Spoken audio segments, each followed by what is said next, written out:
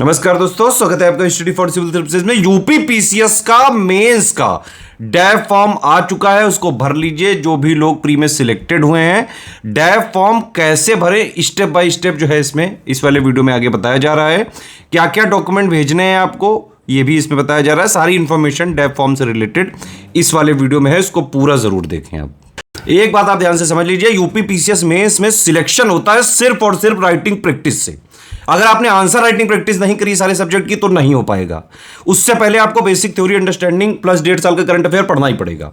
जैसे जीएस 1 से लेकर 6 तक है, 107 पॉइंट है टोटल जीएस 1 से लेकर 6 तक में। अगर आप पूरा सिलेबस देखेंगे 107 पॉइंट की theory, basic understanding plus mains का करंट अफेयर, ये सारी चीजें आपको हमारे 7800 वाला ग्रुप हमारा चल रहा है, उसमें सब कुछ मिल जाएगा, मटेरियल वगैरह जीएस का पूरा।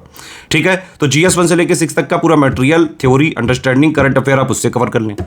एग्जाम से पहले आप करीबन 1000 के आसपास क्वेश्चन लिख के ही जाना जीएस 1 से लेकर 6 तक के, अदरवाइज फिर सिलेक्शन बहुत मुश्किल हो जाएगा। और ये बिल्कुल प्रैक्टिकली पॉसिबल है।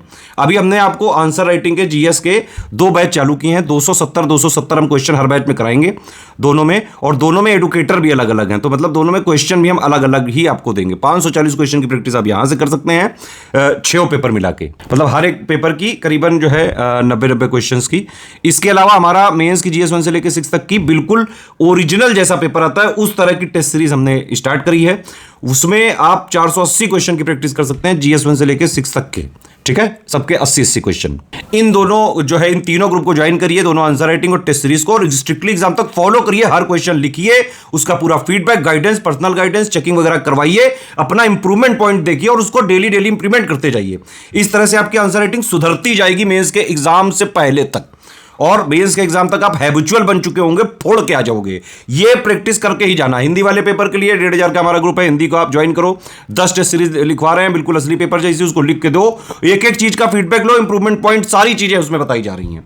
ऐसे की इंटेंसिव राइटिंग प्रैक्टिस के लिए 36 ऐसे कराएंगे। 9 टॉपिक जो है सबके 4 जो है हम लोग ऐसे लिखवाएंगे आपसे। Complete feedback, checking, personal guidance सब उसमें मिलेगा। इतना अगर आपने कर लिया तो मेंस भी आप आराम से फोड़ सकते हो। मेंस में ये वाले ग्रुप ज्वाइन करके भी जितने दिन बचे हुए हैं, स्ट्रिक्टली अगर आपने फॉलो कर लिया तो यूपी पीसीएस के मेंस में भी सिलेक्ट होके आओगे आप। यूपीपीएससी मेंस 2024 के फॉर्म भरना यूपीपीएससी की वेबसाइट पर शुरू हो चुका है। जैसे कि हमेशा होता है डीएम कि मेंस में भी फॉर्म भरवाया जाता है आपसे, इंटरव्यू स्टेज पर भी डॉक्यूमेंट वेरिफिकेशन होता है। ठीक है, तो ऑनलाइन डिटेल्स आपको फिल करनी है। कंबाइंड स्टेट अपर सबऑर्डिनेट सर्विसेज मेंस एग्जामिनेशन 2024, ये टाइटल आपके सामने लिख करके आएगा वेबसाइट पर। जैसा लिखा हुआ है इसमें इंग्लिश में वैसे लिख के आएगा वेबसाइट पर। upsc.up.nic.in वेबसाइट है, उसके होम पेज पर जाकर के आपको क्लिक करना है। ऑथेंटिकेट करने के बाद आपको एप्लीकेंट डैशबोर्ड दिखेगा। चेक लेटेस्ट स्टेटस पर क्लिक करने के बाद पहले फी डिपोजिशन यहाँ पे कर दीजिएगा। फी डिपोजिशन करने के बाद आपको कुछ यहाँ पे डिटेल्स भरनी पड़ेगी, जिसके बारे में यहाँ पे गिवन है। दिए गए फॉर्मेट में समस्त संलग्नक भर रहे हैं प्रत्येक वर्ष की अंक तालिका, उपाधियां और अन्य सभी दावों के प्रमाण पत्र। दावों के प्रमाण पत्र का आशय है जो लोग रिजर्वेशन क्लेम करेंगे, जैसे ओबीसी रिजर्वेशन जो लोग क्लेम करेंगे, ईडब्ल्यूएस रिजर्वेशन जो लोग क्लेम करेंगे, और एससीज और एसटीज कैंडिडेट्स जो अपने सर्टिफिकेट वगैरह भरेंगे, उसके बारे में यहाँ पे इन्फॉर्मेशन गिवन है। सर्टिफिकेट का फॉर्मेट वेबसाइट पे होता है। कुछ भ्रांतियां हर साल होती हैं, आयोग की भी इसमें थोड़ी सी गलती है कि कुछ चीजें स्पेसिफाई नहीं की गई कि किस डेट का सर्टिफिकेट होना चाहिए, अंक तालिका कैसे भरी जाए, टोटल मार्क्स भरने की, पर सब्जेक्ट के मार्क्स भरने। तो हम लोग लगातार स्टूडेंट्स को असिस्ट करते रहे हैं मेंस एग्जाम के समय।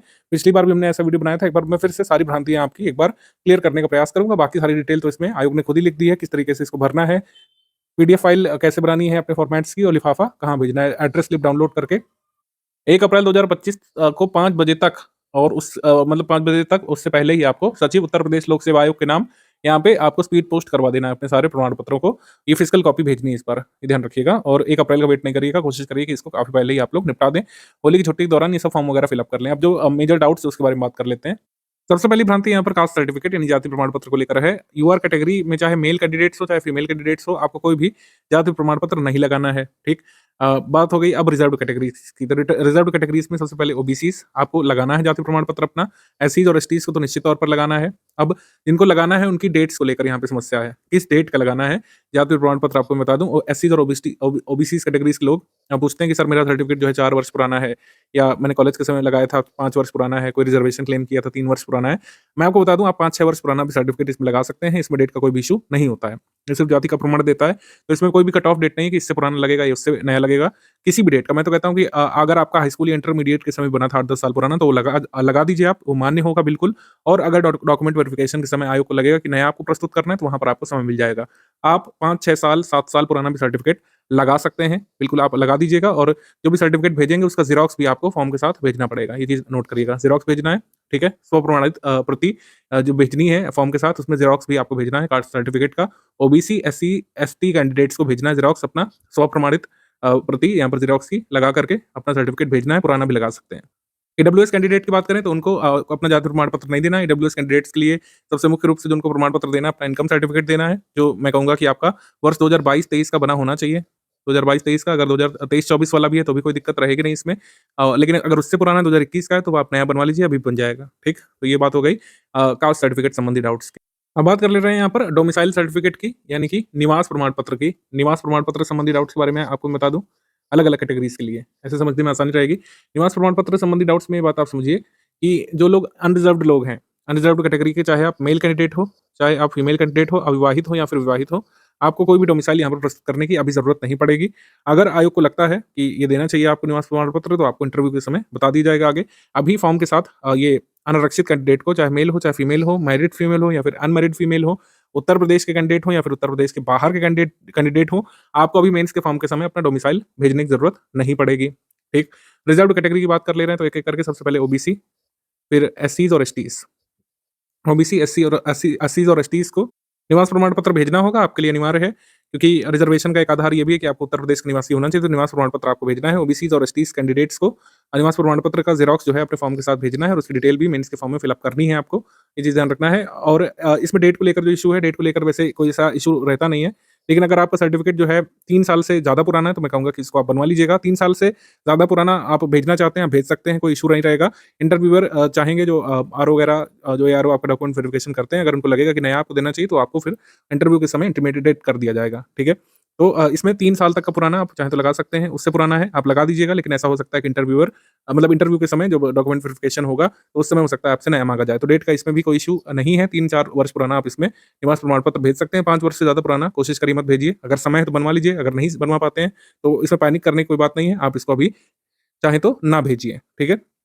चाहे तो डोमिसाइल आप ना भेजिए, लेकिन इंटरव्यू के समय आपको देना पड़ेगा, ये बात समझ लीजिए। आर्थिक रूप से कमज़ोर वर्ग के लिए यानी ईडब्ल्यूएस कैंडिडेट के लिए हाँ, बिल्कुल इनको भी फिर ईडब्ल्यूएस कैंडिडेट्स को अपने इनकम सर्टिफ़िकेट के साथ, ईडब्ल्यूएस सर्टिफ़िकेट के साथ भेजना है। डोमिसाइल सर्टिफ़िकेट अगर आपका बना है, 3 वर्ष तक का पुराना है, तो भेज दीजिए आप। 5 वर्ष या 6 वर्ष पुराना है, तो उसको रिन्यू करा लीजिए आप अपनी तहसील से। अभी थोड़ा-सा टाइम है, होली तक हो सकता है रिन्यू होकर के आ जाएगा, तब भी फॉर्म तक भेजने तक आपके पास समय रहेगा। अगर आपको लगता है कि आप इतने टाइम फ्रेम में नहीं बनवा पाएँगे, घर से बाहर हैं, तो भी कोई चिंता वाली बात नहीं है। जैसे एससीज़, एसटीज़ के लिए मैंने कहा, डोमिसाइल सर्टिफ़िकेट यानी निवास प्रमाण पत्र आप इंटरव्यू के समय भी दे सकते हैं। इसको भेजने की अनिवार्यता नहीं रहेगी। अब बात कर लेते रहे हम लोग इनकम सर्टिफिकेट यानी आय प्रमाण पत्र के बारे में। आय प्रमाण पत्र जो है किसे भेजना है और किसे नहीं भेजना, इसके बारे में बात कर लेते हैं। अनारक्षित यूआर कैटेगरी में जो मेल फीमेल है, मैरिड या अनमैरिड, उन्हें आय प्रमाण पत्र अपना नहीं भेजना है, ना इसको लगाना है आपको, ना मेंस फॉर्म में आपको इसको फिल करना है, ठीक है? इसमें आपको नहीं भेजना है अपना आय प्रमाण पत्र, ना ही इसकी जरूरत पड़ेगी इंटरव्यू के समय, ठीक? रिजर्व्ड कैटेगरी में अगर बात कर लें ओबीसी और एससी एसटी कैंडिडेट्स की, तो आपको भी इनकम सर्टिफिकेट की आवश्यकता नहीं है, क्योंकि आप अपना रिजर्वेशन जो है दूसरी तरीके से क्लेम कर रहे हैं। ईडब्ल्यूएस के लिए इनकम सर्टिफिकेट अनिवार्य है अपने ईडब्ल्यूएस सर्टिफिकेट के साथ। और इसमें डेट के बारे में अगर बात कर लें, तो डेट करीब आपका 2022-2023 वाला होना चाहिए, इस फाइनेंशियल ईयर का होना चाहिए। अगर इससे पुराना है तो आप नया बनवा लीजिए, अभी बन जाएगा। और अगेन मैं आपको बता दूं कि अगर आप नहीं भेज पाते हैं तो इंटरव्यू के समय आपको लग जाएगा, कोई इसमें अनिवार्यता नहीं है, ना ही सर्टिफिकेट ना भेजने के कारण ईडब्ल्यूएस वालों का फॉर्म रिजेक्ट होगा, ऐसा भी कुछ नहीं है, ठीक? तो 2022-2023 फाइनेंशियल ईयर का है, लगा दीजिए इसको, ठीक है? 23-24 वाला है, लगा दीजिए इसको, उससे पुराना है, नया बनवा लीजिए। और अगर नहीं भी भेज पाते हैं, पढ़ाई में व्यस्त हैं या फिर किसी भी तरीके से अभी आक्षा में भेजने में इंटरव्यू के समय लग जाएगा, ठीक? अब अनापत्ति प्रमाण पत्र संबंधी डाउट्स देख लेते हैं हम लोग। इसको मैं क्लियरली आपको बता दूं, जो लोग फुल टाइम तैयारी करते हैं उन्हें कोई भी एनएसयूई किसी से लेने की जरूरत नहीं पड़ेगी, क्योंकि आप किसी के गुलाम नहीं हैं, आप तो आजाद पंछी हैं, जहां चाहे वहां उड़ जाएंगे, ठीक? प्राइवेट नौकरी वाले, तो प्राइवेट नौकरी देने वाला आपकी केयर नहीं करता, तो आप क्यों प्राइवेट नौकरी केयर करने लगे? आप जो है उस मोमेंट का वेट कर रहे होंगे कि कब कॉल लेटर आएगा, आप सरकार अपनी प्राइवेट नौकरी छोड़ देंगे। सरकारी बाबू लोग जो है, इनको देना पड़ता है एनओसी, इनको अपने विभाग से अनापत्ति प्रमाण पत्र देना पड़ता है, नो ऑब्जेक्शन सर्टिफिकेट जिसको बोलते हैं। ये आपका विभाग अध्यक्ष जो है आपको देता है। इसके लिए मैं आपको प्रावधान बता दे रहा हूँ कि जैसे एनओसी आपके पास नहीं है तो क्या करें? ज़्यादातर लोगों के पास नहीं होती है। तो आप जो है क्या कर सकते हैं, एनओसी प्राप्त कर लीजिए। अगर आपको लगता है कि मेंस का एग्ज़ाम मतलब मेंस का फॉर्म भेजे जाने से पहले आप एनओसी किसी भी तरीके से प्राप्त नहीं कर पाएँगे, आपकी अपने विभागाध्यक्ष से बनती नहीं है, आपको लगता है कि आपका विभागाध्यक्ष आपको जल्दी से एनओसी नहीं देगा, तो आप क्या कर सकते हैं, आप अपने मेंस फॉर्म में लिख सकते हैं डिस्क्रिप्शन में इंटिमिडेटेड, ठीक है?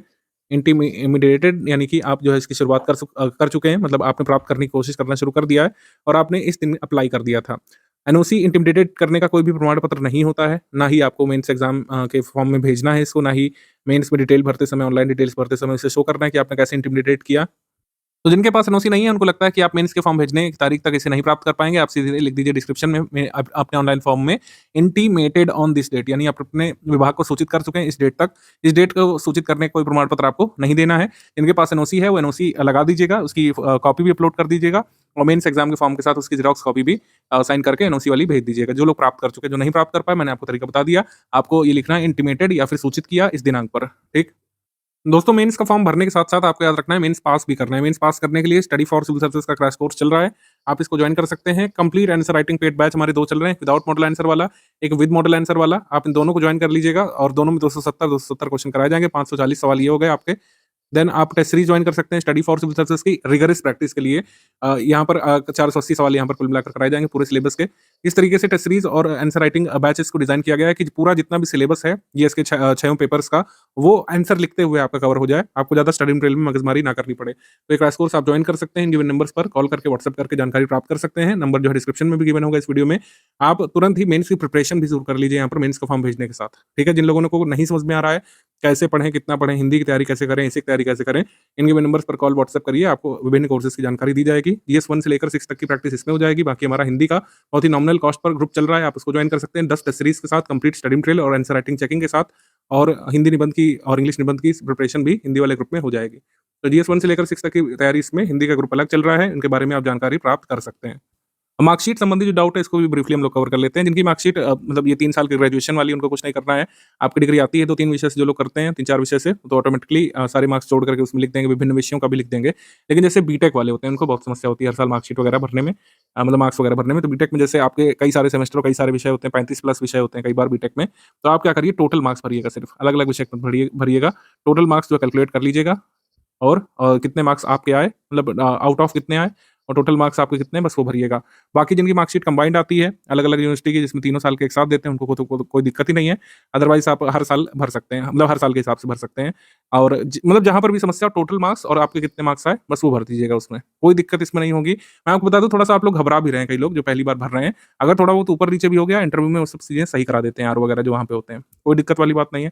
ठीक, जो लोग स्पेशल क्वालिफिकेशन के लिए जो एलिजिबल हुए हैं और स्पेशल क्वालिफिकेशन के लिए पोस्ट भरेंगे, जैसे लॉ वगैरह के लिए आपने किया है, या फिर जो है सोशियोलॉजी से किया है पोस्ट ग्रेजुएशन वगैरह, या फिर हॉर्टिकल्चर से किया है, या फिर केमिस्ट्री से किया है, तो वहाँ पर भी स्पेशल क्वालिफिकेशन वाले लोग ये काम जरूर करिएगा कि अपनी मार्कशीट वगैरह जरूर उसमें भेजिएगा। ठीक है, मार्कशीट और जो पासिंग सर्टिफिकेट है, दोनों चीज़ें जो है आप उसमें भेजिएगा और दोनों की डिटेल उसमें मेंशन करिएगा।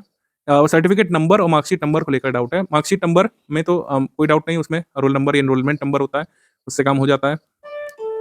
एनरोलमेंट नंबर या फिर रोल नंबर या फिर जो भी इसको कहते होंगे, अनुक्रमांक वगैरह, तो मार्कशीट में तो ये होता है। सर्टिफिकेट जो होता है कई सारे बोर्ड में दिया जाता है, जैसे पासिंग सर्टिफिकेट जो है ये आईसीएसई बोर्ड में दिया जाता है, सीबीएसई में नहीं होता पासिंग सर्टिफिकेट। तो आप यही रोल नंबर या एनरोलमेंट नंबर अपना डाल दीजिएगा, वो सफिशिएंट होगा। आईएससी बोर्ड वाले, यूपी बोर्ड वालों को मिलता है पासिंग सर्टिफिकेट, तो आप क्या करिएगा कि यूपी बोर्ड वालों के लिए मैं बता दूं, ज़्यादातर यूपी बोर्ड वाले होते हैं, आपके सर्टिफिकेट में कोई सर्टिफिकेट नंबर नहीं होता है, उसमें होता है एसआर नंबर, सीरियल नंबर होता है। ठीक है, क्रम संख्या जिसको बोलते हैं, तो क्रम संख्या डाल दीजिएगा सर्टिफिकेट नंबर के स्थान पर, वही मान्य होती है और आगे कोई दिक्कत नहीं होगी उसमें। तो ये मैंने आपको सारी चीज़ें यहाँ पे क्लियर कर दी। मार्कशीट सर्टिफिकेट वाले डाउट भी, वर्क एक्सपीरियंस वाला डाउट सिंपली बच रहा है, तो वर्क एक्सपीरियंस में भी कोई इसमें परेशान होने वाली बात नहीं है। प्राइवेट वर्क एक्सपीरियंस आप लोग अवॉइड करिएगा, कोई ऐसा डालने की जरूरत नहीं है। जिनके पास सरकारी हो या फिर कोई जो है सरकारी सर्विस दी हो, ठीक है, सरकार के उपक्रम में कहीं शामिल हुए हो, तो वो वाला आप मेंशन कर सकते हैं। तो इतना यहाँ पे मैंने सारी चीज़ें आपको बता दी हैं। आई होप आपको डाउट इसमें आपका रह नहीं रहा होगा। कोई भी आपका डाउट बचता है तो आप जो है ये कमेंट सेक्शन में हमसे पूछ सकते हैं। कोई और डाउट हो, कोई समस्या हो, कुछ कहना है, हमारे कोई पेड ग्रुप ज्वाइन करने हैं, तो आप उनके लिए हमारे 3 नंबर नोट कर लीजिए, उन पे आप कॉल करके ज्वाइन कर सकते हैं। 8564880530, 7523864455 और 9696066089। कोई समस्या वगैरह है, आप जो है यूट्यूब में भी कमेंट कर सकते हैं इस वीडियो में।